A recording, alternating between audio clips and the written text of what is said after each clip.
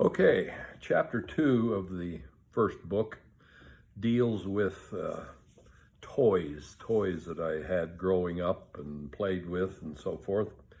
As I read that chapter, what it said was correct, but I have had an additional thought or two. Number one, on page 17 of that chapter in that first book, there's a picture of a Little League All-Star team with two managers and a coach. My grandpa was the coach, and Raymond Peterson and Lloyd Price were the managers. They were managers of Little League baseball teams in Montpelier as I grew up, knew them all. And looking at that picture, I can name every one of those players on that team and have some very fond memories about every one of them as we grew up together in Montpelier. So that was I enjoy that picture very much. On page 18, just one page over, is a picture of me playing basketball when I was a freshman in high school. At Montpelier High School.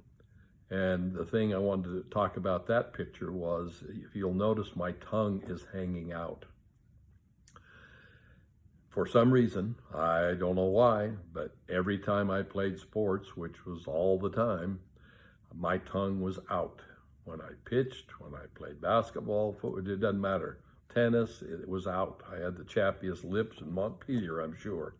But I've bitten my tongue off dozens of times, and I should have learned and so forth, that it was simply a habit I wasn't able to break, I guess, but that tongue was out all the time when I was playing sports, as we depicted on page 18 as a freshman in high school there at Montpelier High School.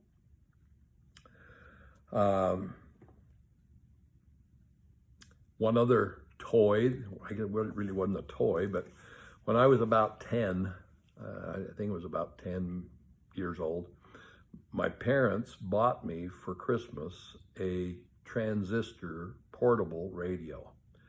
Now, there were some transistor portable radios that you could hold in your hand, and hold up to your ear and so forth.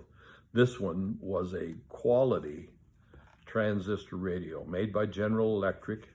The portable and transistor radios had just come out, and this was the top of the line, made by General Electric, as I mentioned. It was about a foot square and about 4 inches deep, so it wasn't nearly as portable as some others were, but the quality was there because over the next 40 years, I listened to that radio.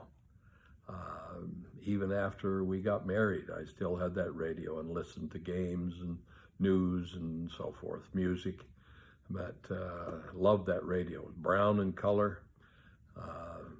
Over the years, the knobs were broken off, and I had to jury rig the ability to change the stations on the radio. It was only AM radio.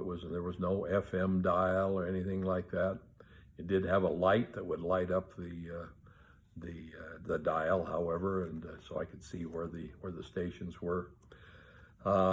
Spent many a night sleeping out in Montpelier with that radio, listening to Los Angeles Dodgers baseball with Vince Scully and Jerry Doggett. I listened to, in my mind, the greatest pitcher ever was Sandy Koufax. I listened to 2 of his no-hit games on that radio. I did not like the Dodgers, but they came on KFI, which is a 50,000 watt station from Los Angeles, and Vince Scully was, of course, the ultimate sports broadcaster, particularly baseball broadcaster in the history. He just barely passed away maybe 2 or 3 months ago, but he was the best. Even though I didn't like the Dodgers, I listened to them quite regularly. I also listened to Lon Simmons and the San Francisco Giants on KNBR.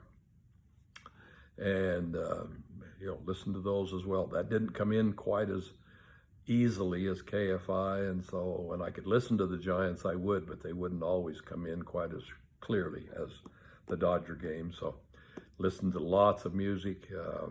One other thing, while I was working, painting or picking weeds or doing something, I'd have that out there listening to the news or music or whatever.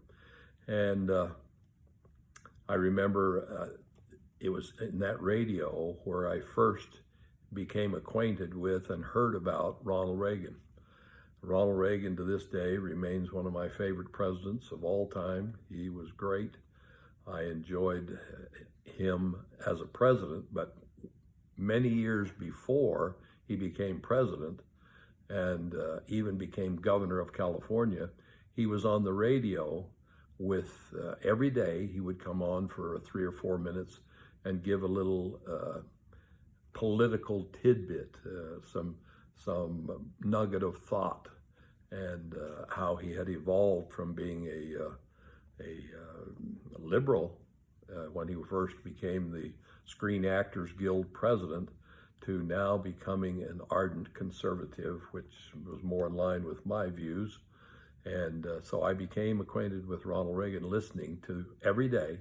I would tune in and listen to his political tidbits there, and came to enjoy him, and certainly had a lifelong enjoyment as he became governor of California and then ultimately the president of the United States. And I've gone to his library in Santa Barbara, California. Great experience, loved it. It was superb. So that radio has provided a lot of memories for me over the years. It took 6D batteries, the largest batteries, 6 of them, to power that radio. It came in at the bottom, and they would last for quite a while, but we had to change them quite regularly. I kept it for years and years and years. About 1 year ago, I pulled it off the shelf here and put 6D batteries in it to see if it would still work. It did not. It did not respond and work. And so I believe we committed a neatness and got rid of it. But nobody's fault. I'm sure I gave permission for that, but that was a radio that I enjoyed, and I was going to show it to you, but apparently we have discarded it about a year ago. All right, let's see here. What else do I want to talk about here? Oh, of course, sports, basketball. I got a basketball for Christmas one year. I don't remember, about the same time, 12 years old, 13 or something. And we put up a basketball hoop out in the field between our home and the Phelps home in Montpelier, which was just south of our home. And it was, a wooden pole, and there was a wooden backboard and so forth. But when I got this basketball, I went out and scraped off the snow out in the field. And there was a lot of snow in Montpelier in the wintertime.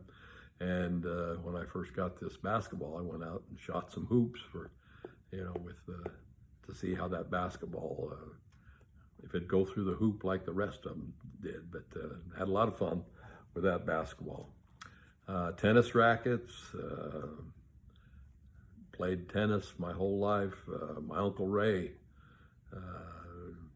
and I played doubles against Glenn Barnson and Lynn Nate before work in Montpelier, and that's where I first learned to play tennis, really, and enjoyed it my whole life. Still would love to play tennis. I've lost a little ability to move like I used to, but tennis, badminton, croquet, a lot of fun.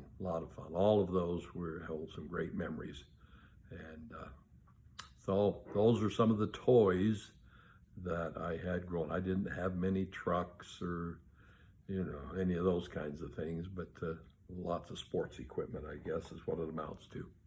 So that is chapter 2.